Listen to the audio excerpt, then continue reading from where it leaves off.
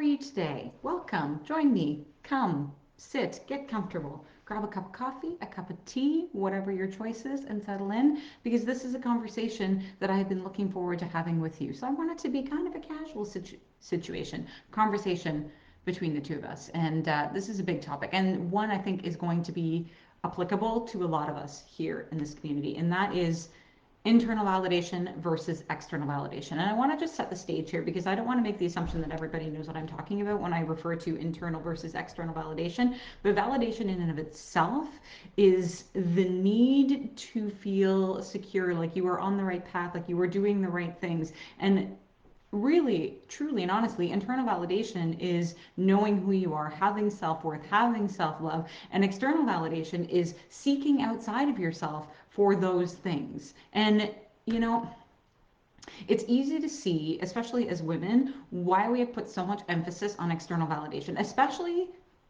in this day and age, because let's be real, things have changed an awful lot since, I mean, I grew up in the 80s and it was bad enough then, but I didn't have social media that was knocking on my door or tapping on my doorstep and was like, hey, here I am, look at all these perfect people with their perfect lives and you should compare yourself to me. And I think that that need for external validation is very much tied to this need for perfectionism or this need to achieve or to meet a certain standard, and a standard that is really, and I've talked about this a lot of times as of late here in the community, this need to like excel and be something that we're not, like this kind of, we put on a pedestal certain individuals or certain people and we have certain expectations of ourselves as a means to like chase or meet these standards of perfection that really aren't even our own. And when I think about the kind of, when I was reflecting on like where does this need for external validation come from? I mean, I think a lot of this can be rooted back to like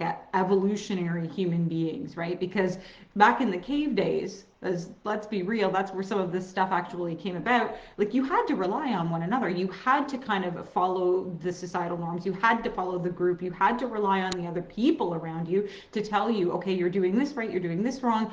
Like you needed to survive.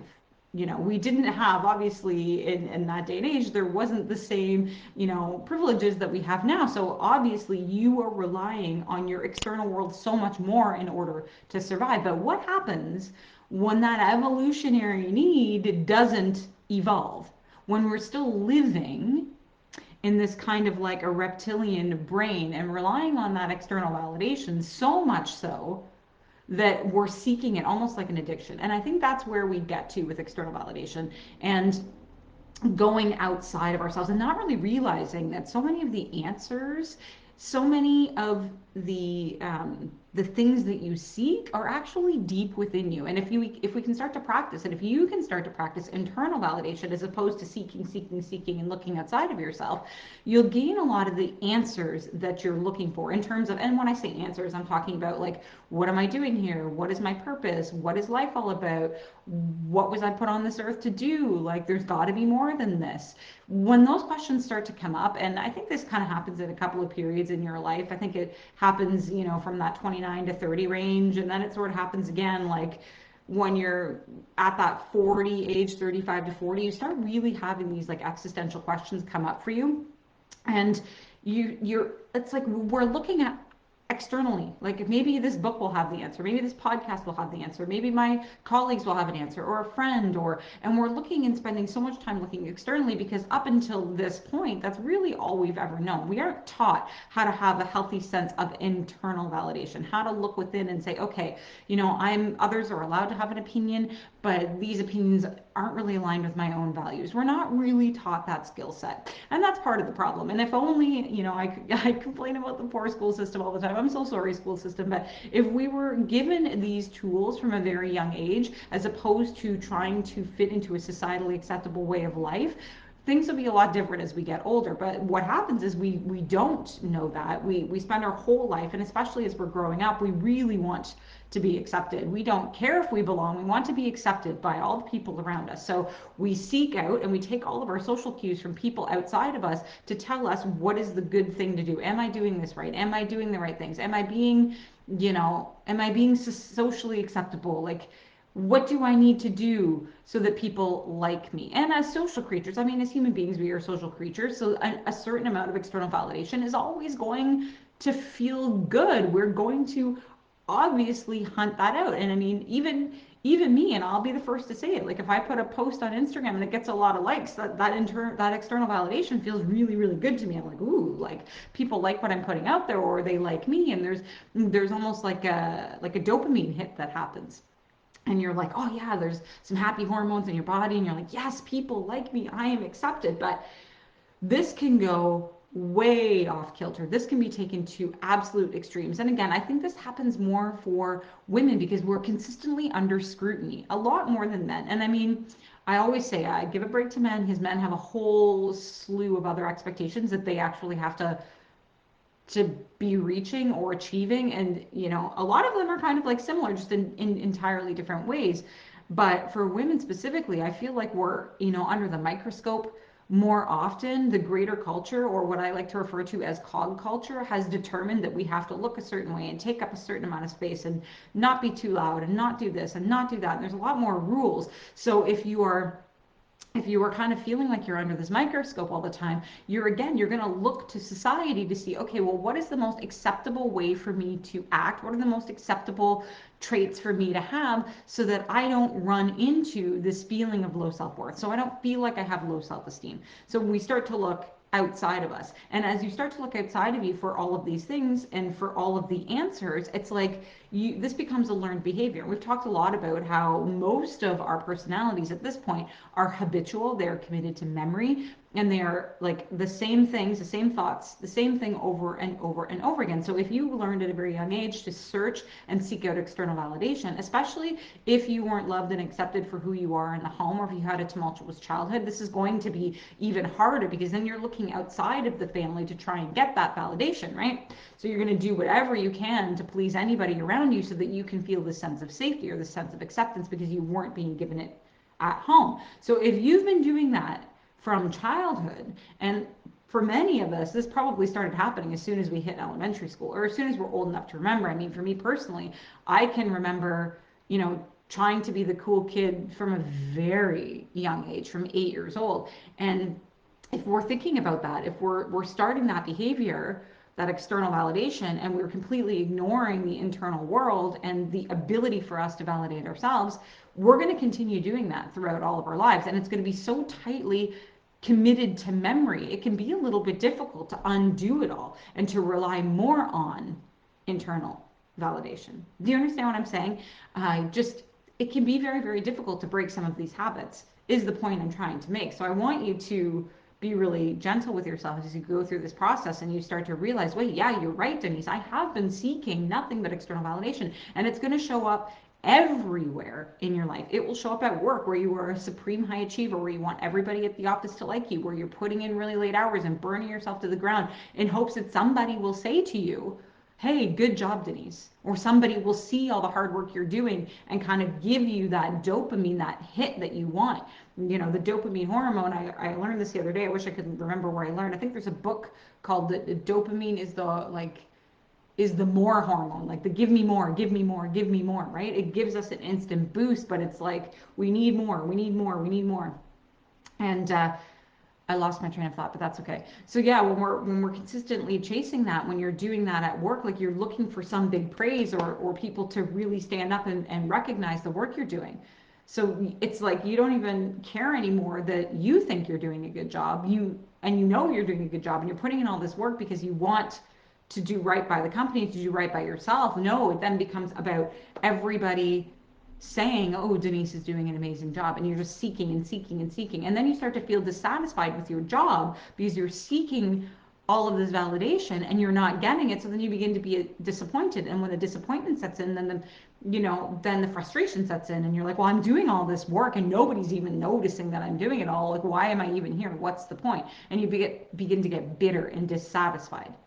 But if you can look at it, especially in the workplace, if you're like, okay, I am putting in this work because I love my job, I love this company or the place that I'm working or whatever I'm doing, I love my own business, whatever it is that you do for work, I love serving customers, and you're doing it because it serves you, because it makes you feel happy, not because you want somebody else to notice, that is going to increase your overall self-worth. But again, this is going to take practice to unlearn this, to undo this need for external validation. And if you're coming from that perspective where you're like, I just want to do this because I feel good when I do it, you're going to feel so much better, and you're going to feel like you have a greater sense of purpose. So that's in the workplace how internal versus external validation turns up. It's also going to turn up in your partnerships. The people that you are, whether you have a boyfriend, a girlfriend, whatever the case may be, it's going to turn up there as well. Where and sometimes this can go to a real extreme where you were independent before you got into a relationship, but then as soon as you get into a relationship, you have kind of this anxious attachment style where you're just really worried that the person is going to leave you, or they're going to reject you, or they're not going to like what you're doing, or you're not going to like what they're not going to like what you're saying, and you're going to be left alone. If there isn't that sense of security there, again, you are going to take all your cues from your partner. You're going to start to do things not necessarily that are true to you potentially, but that are for the other person to make them happy, so they'll notice you. And I think external validation boils down to wanting to be seen, to be heard, to be noticed, so that you get your sense of security from that, so you get a sense of safety from that, so you know that you belong in the world. But the more you look outside of you, the further and further you go away from who you truly are, because you're not connected to your heart and soul anymore. You're connected to what's going to serve other people. And when you're doing this in relationships, again, that passive aggressiveness, that bitterness, it's going to start to bubble to the surface because you're not being true to who you are.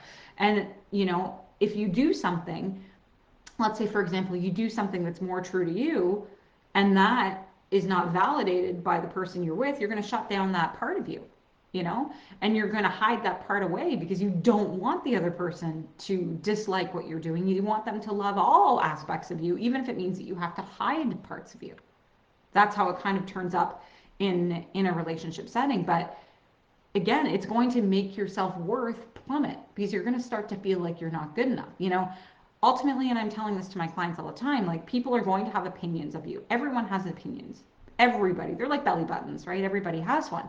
And it's okay for people to have an opinion of you, and it's okay for your partner to provide a criticism, and it's okay for you to say, hey, I respect your opinion, but I disagree, and here's why. I feel really confident in the decision I made. I feel really confident in what I was doing. And if you can have that sense of internal validation, there can be a balance there, where then it becomes nice to get a compliment from your partner, but you're not like, but it's not becoming the end all be all, right? And you're not sacrificing yourself and who you are simply to make another person happy. That's how kind of codependency begins to take place, where your happiness becomes dependent on the other person's happiness. Those two things become tethered together. But if you can find that balance between internal validation and external validation, and know that sometimes you're not going to agree on everything, but that's okay, that there is safety in that, and you can be yourself, you're going to have a greater sense of confidence, of self-worth, and self-love, because you're not extending yourself far away from who you truly are, right? This is why internal validation is so important, because it shows you that you know exactly what you need, that you know exactly what you desire, that you have the answers you're searching for, but it requires you to strip away all of this kind of external rhetoric or external need for validation, for you to look at it and for you to say, okay, people might not like the next few decisions I'm going to make. And that is okay, because I feel so good in those decisions that no matter what opinion comes my way, because everybody's has one, remember, no matter what comes my way, I'm going to be able to manage it. I'm going to be able to say, okay, I'll take it with a grain of salt. Thank you for your opinion, but I'm really confident in the moves that I'm making in my life. I know what's best for me. I want you to repeat that to yourself right now as you're watching this. I know what is best for me. I am the expert in my own life.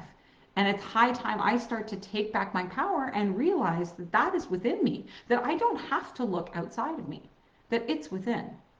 And this is going to take practice. It is going to take practice to do this, because remember, you're unlearning conditioning that has been a part of your life since you were very, very small, since you were very, very young. So it's going to take some time to kind of undo and reverse this, and it's going to take a little bit of practice. And I think I think that most of us here in this community do consider ourselves perfectionists, do consider ourselves high achievers, do consider, you know, that to be the only acceptable way of life. And that too is seeking external validation. And that, if you think about it, I'm going to be dogged on the school system again. I mean, we're taught very young, pass, fail, pass good, fail bad, pass good, fail bad. So, like, even there, then you're just seeking good grades. Then it becomes about seeking good grades in school. And if you don't get good grades, then you're not feeling that sense of validation. And then you're not feeling like you're good enough.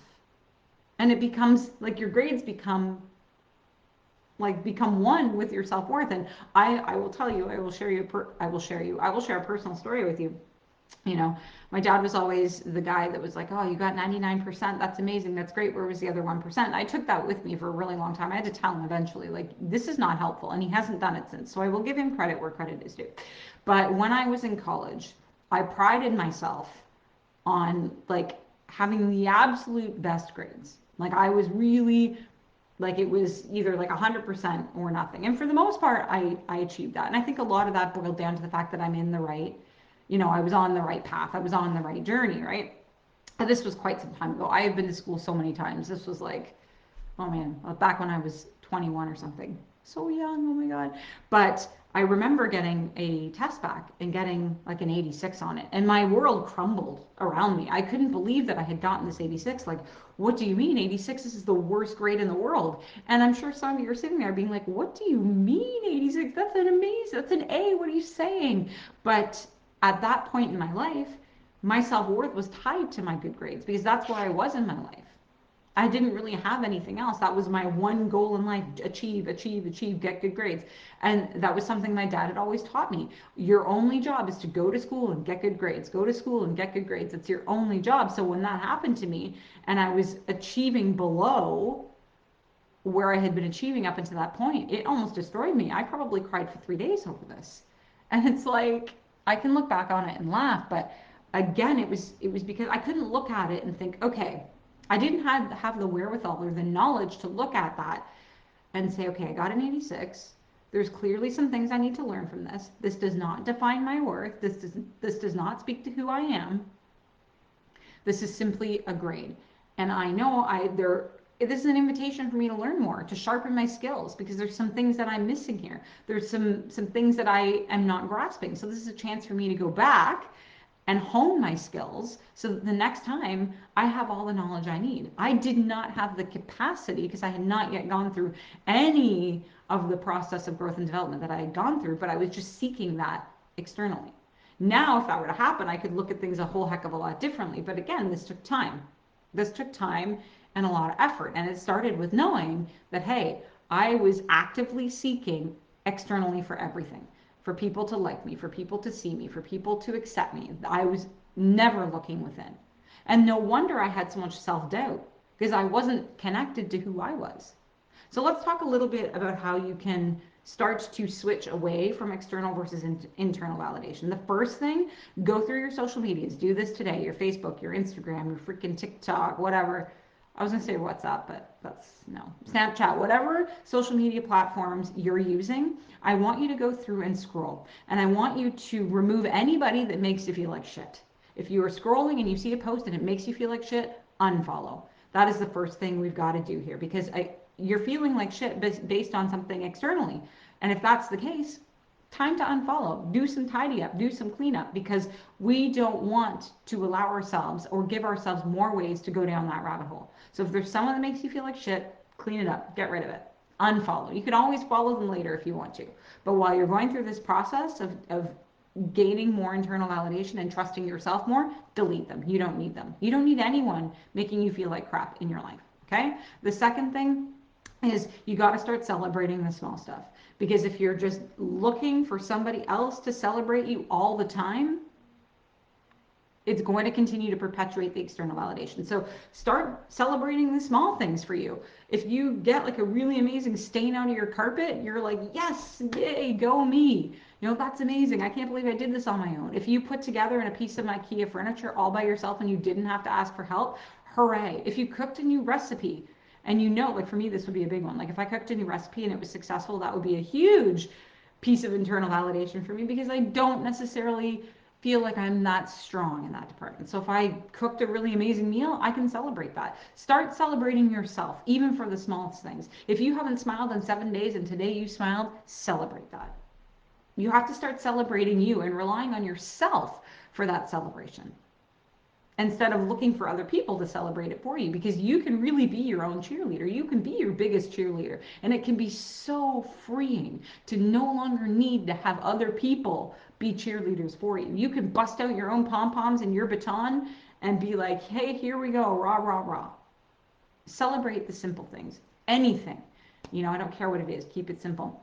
And another thing to remember when you're going through this is knowing that it's going to take time. It has to take time and practice and continuing, and knowing, again, another part of this in letting go of the external validation is realizing that they can have an opinion and I can take the criticism that they're offering. Like if you were, for example, if you're giving a really big presentation at, like if you're preparing a really big presentation at work and you put your blood, sweat, tears into it and you were working your butt off, and then you take it to your manager and they're like, this is garbage. Like you didn't put any effort into this. You didn't put anything into this. This shows no sign of intelligence at all whatsoever. First of all, you need to you need to determine whether that not this company is a company you want to work for. That's the first thing. Just as a side note. But the second part of this is this could actually ruin your day, where you can be like, okay, well, this wasn't celebrated at all. And you can start to internalize that message. Be mindful of internalizing messages that are coming from other people that are negative.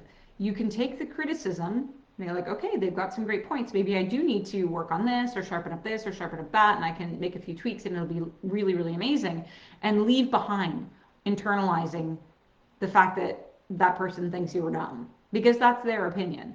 And if they are making you feel that way, it's probably because they have a sense of sadness within them and they are projecting that onto you.